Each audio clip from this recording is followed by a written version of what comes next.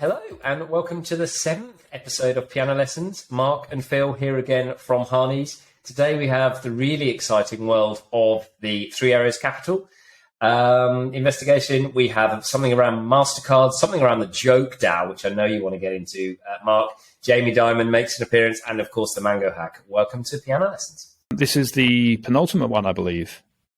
It is very, very emotional for the end of Series 1 coming up in our finale. We have the exciting announcement today that both Marc and I will be there in person at the CoinOuts conference. I think you'll see down below a link to the conference itself. We will be in San Francisco in the first week of November. Look forward to seeing anyone that wants to come and join us. Straight into the recital, Marc. So lots of international legislation going on at the moment. Japan focusing on the AML laws in this industry. India focusing on their sort of tech-focused regulatory framework. And obviously, you've got the Financial Stability Board setting out plans for this sort of global regulatory framework to deal with systemic risk. And I know you want to come on to that later. I'm sure you saw, given the miner that you are, that it took over an hour to mine a block of Bitcoin on Monday, leaving thousands of transactions in an unconfirmed state. Interesting one, that one. Paradigm, our favorite topic of the JokeDAO. Paradigm became the third entity to try and join this case. Arguing that the CFTC should identify and try and serve its lawsuit against individual members rather than the DAO as a whole collective.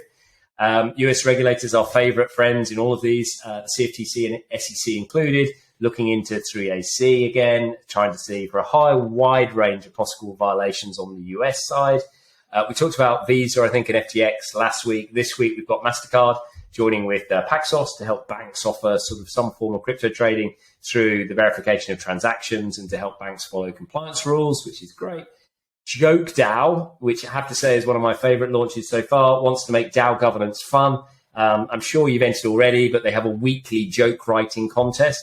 Everyone then votes on, and the second most popular joke of the week gets 20% of the NFT sales. It's actually a really cool idea, and I'd love to get into that at some point. But what you really want to get into on the recital is our favorite friend, the JP Morgan CEO, Jamie Dimon, who surprised no one as he held stage at the Institute for International Finance event in DC, I think, last week, calling crypto tokens decentralized Ponzi's. Notwithstanding the fact he actually gave a little bit of praise to the blockchain community. Would love to hear your thoughts. Yeah, this guy, he blows hot and cold on this. And meanwhile, the bank itself is offering to their clients by demand exposure to certain ETFs and certain assets of the crypto market. I kind of agree with him, though. Some of them are decentralized Ponzi's, but not all of them. There's some real value here. We'll look at some of these later on. But I think it's important to note that if these are all just decentralized Ponzi's, then very serious regulators are paying attention. So serious, in fact, they probably wouldn't be part of JokeDAO. And we had last week a report published by the Financial Stability Board that very few people have heard of, and they are focused on global financial stability. In 2018, I hosted a panel at the International Bar Association in Amsterdam. We had a person from the Italian Central Bank. Wasn't particularly worried about systemic risk for crypto. It was just not that big. This FSB report last week definitely changes the stakes. They're now looking at the potential for stable coins, crypto assets, et cetera, and the services to potentially be systemically important. The value locked up, the intertwining with the financial system. This is a big shift. And although they're going to look at a comprehensive global regulatory framework for systemically important crypto assets, there's some really interesting comments in there, particularly around DAOs and decentralization in air quotes. And it could set the direction of travel for a renewed approach to looking at this sector as a serious player in the financial space. So when Dimon makes those comments, as he's wont to do, using his various colorful analogies, I think it's worth noting that he may have his view, and that view obviously has a lot of weight, but there's a much bigger play on the horizon here. This is becoming a really important part of the financial system, and they're seeing the potential for that to become even more so. I think nicely moves into the piano solo. Obviously, we had another very high-profile sort of hack, the Mango hack. I think around 114 million. I can't wait to hear this one because I found it quite amusing, as I'm sure you did, ignoring the sort of cost. And I should say that they're announcing sort of at the moment an attempt to pay that back, which is fantastic. And obviously, it not only caused the hack, but also the $500 million, I think, dollar loss in Solana TVL, which is a whole part of this. But the fascinating part, again, on our favorite social media platform, Twitter, was that the hacker themselves came on Twitter and said this was fully legal, and actually it was just an aggressive investment strategy. So really can't wait to hear your solo on the Mango hack and generally sort of what this means for the industry as a whole. All right, so I've got to cover a lot in a really short amount of time here. DeFi platforms and protocols, they're really, really complex, and they have all sorts of interlocking factors. They use oracles, which are, some of them are faster than others. And depending on the amount of leverage and capital you deploy, you can really stress test what these protocols can do. And there's a very interesting article on the Substack by a guy who did some investigation into this and actually knows the person who did it, who part of their handle on Twitter is, or Discord is, The Honest Man. And he gamed this out, said exactly what he was going to do, did it, got the money, and then was also able to control enough of the voting tokens that he was able to put on the DAO a governance proposal saying, if this guy gives it back, he will like us not to take any criminal action against him. Do you agree to these terms? And used his control of the tokens to vote yes. So it's a perfectly legitimate vote. Unless you've got governance proposals to annul some sort of consensus hack, then you're stuck with that proposal. I think that's an argument for strong governance bylaws and rules around DAOs, and sometimes that doesn't get the attention it deserves. But the Mango hack as a whole shows that how complex these systems are, the really important need to stress test. But with the amount of value on these protocols, this is why the FSB is coming out with these reports. And who's going to regulate them? How are they going to regulate them? By what standards? We don't know.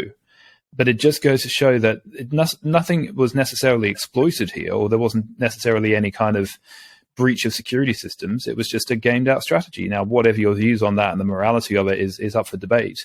But the more complex these protocols are, the more value they hold, the more you have to really look at every single possible vector by which this can be stressed. And it also shows the importance of making sure you've got good, strong rules around how your DAO votes and ways of appealing or potentially overruling votes that might have been obtained in some sort of breach of consensus mechanism. Thank you, Mark. Finally, Piano Tuner, another one that I think a lot of people will be interested in the answer for. So let me ask the question. There have obviously been some very high-profile NFT purchases through the years. We've seen some incredible value that are now nowhere near the value that was originally purchased for them. Why has this happened? And when will these prices increase, Mark? It depends. You got to be careful with these hypes and crazes that come through, because people had quite a lot of liquidity sloshing around and made quite a lot of money when the crypto market was high. And they were a new thing, and they were cool, they were exciting, and they were seen as revolutionary. And like most of these new fads that come along, people drop a lot of money into it. And then the excitement dies down a bit and the market goes down a bit, and suddenly people aren't willing to pay as much for them as the original purchaser. And all of these things have subjective value. Nothing has intrinsic value. So it's whatever people are willing to pay for it. I think if you bought something expecting to flip it for a massive profit, then you're no better than gambling in a casino or speculating. And I said this at the event that we hosted in February here about the art of NFTs. The line doesn't always go up. So buy some art you like, and you buy anyway. And if someone else likes it too, or if it's a good collector or it's a good artist, then maybe there'll be some resale value, but that's not why you're buying it. NFTs have a huge use case and purpose beyond digital art, and the value could be more objectively measured in some cases, but it's very hard to value art anyway. So depends why you bought it, depends what you're hoping to get from it. But I think if you bought art you like, then the value there is what you think it was worth in the first place. So if you engage in that circus of speculation and flipping, I think you've probably been disappointed and lost quite a bit of money now. But there are some really good art-related NFTs by some really good artists, and they could genuinely hold their value. So we don't know when it's going to come back, or if it's going to come back, or how it's going to come back. But I don't think that's why you should be in this space in the first place.